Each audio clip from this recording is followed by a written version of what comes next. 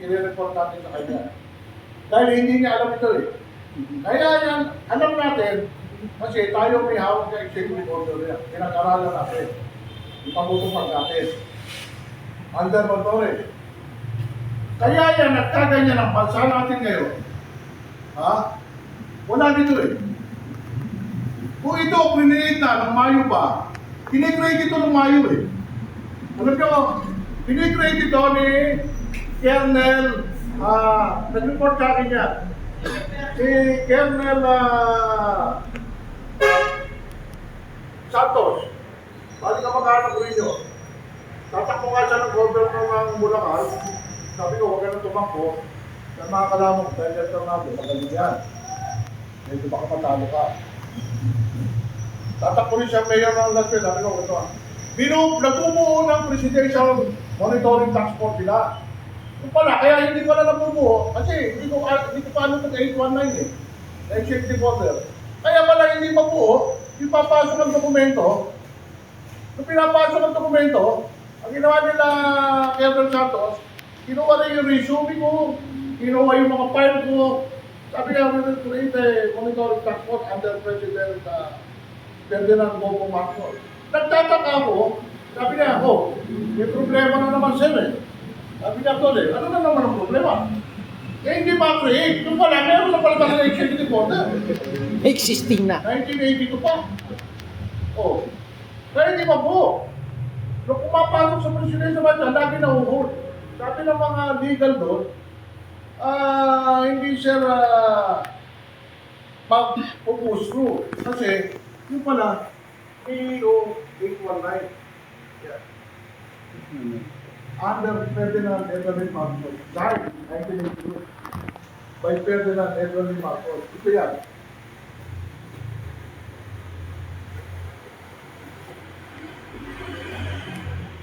Pakikita ko sa inyo.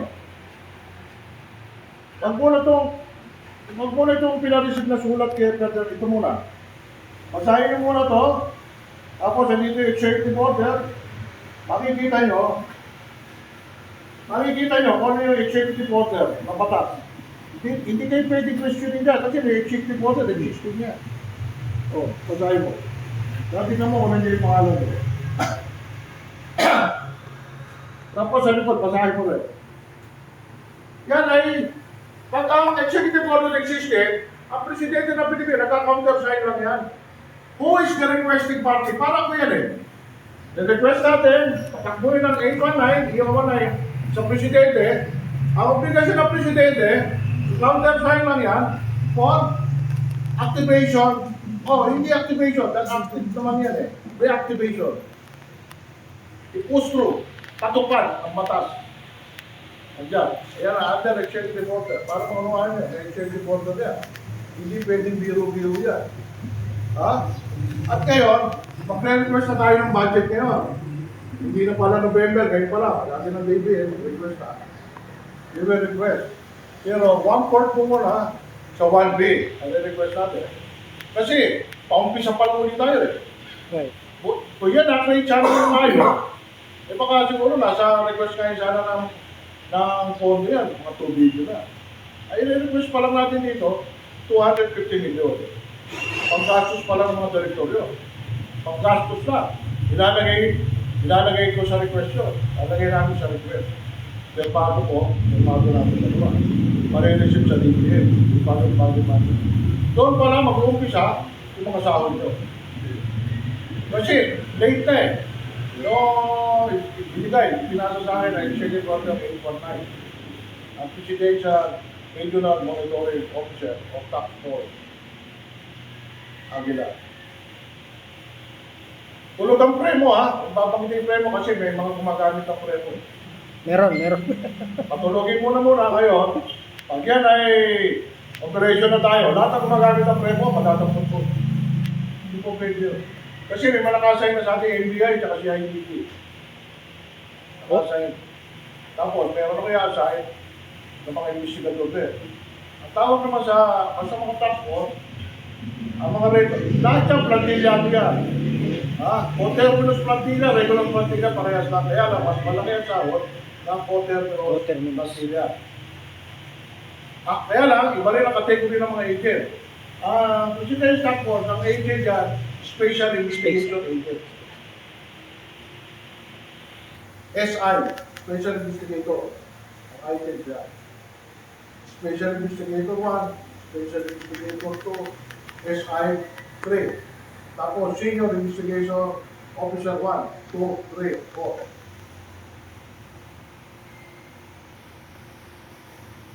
Yung tinatawag ng mga IA dyan, intelligence agent 1, 2, 3, doon yan sa mga task force. Pero intelligence agent, wala silang items sa NDA niya. May items man sila, pero hindi nila ino-honor na regular agent. Para kang confidential agent. Kompetensya. Pero sa ibang mga unit, kagaya ng ISAP, ang intelligence agent mataas na kategorya. Ito sa DND, mataas na kategorya. Hindi yan, biro-biro. Yan, nakapasok na yan. Sabi ng marangan yan, may record kayo doon. Unless lang na i-amend ko yan.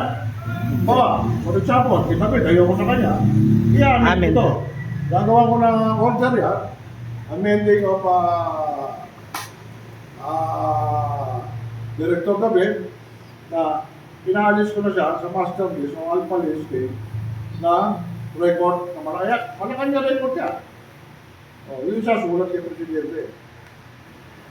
Automatic na may sulat niya presidente, darating niya doon.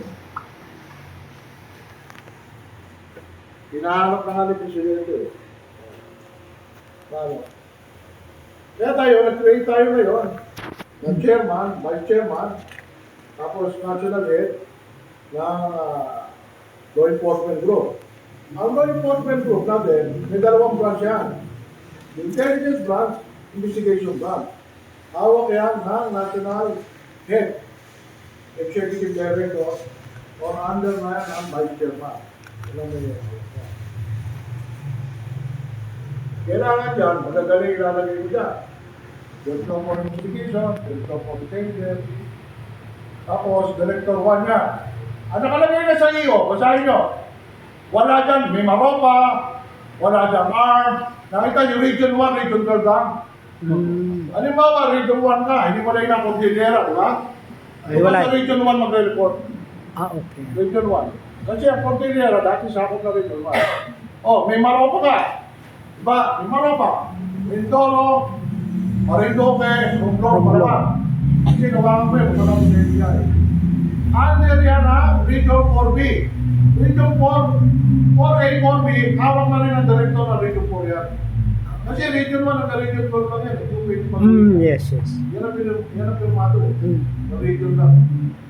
Walang arm, walang Cordillera. walang may maropa. Yan, kung ano yun yan, yan lang ang susunod. Yan director natin, Region 1 hanggang Region 12 lang. Kung halimbawa, may maropa sa ako sa Region 4, A o B, doon yan. Report ka sa Region 4. Ang director for intelligence natin, buong Pilipinas siya. Gusto mo siya yung Mindanao. Ang investigador natin, director for buong Pilipinas din yan. Gusto mo siya yung Mindanao yan. Ito ang gusto kong pag-aralan nyo, ha?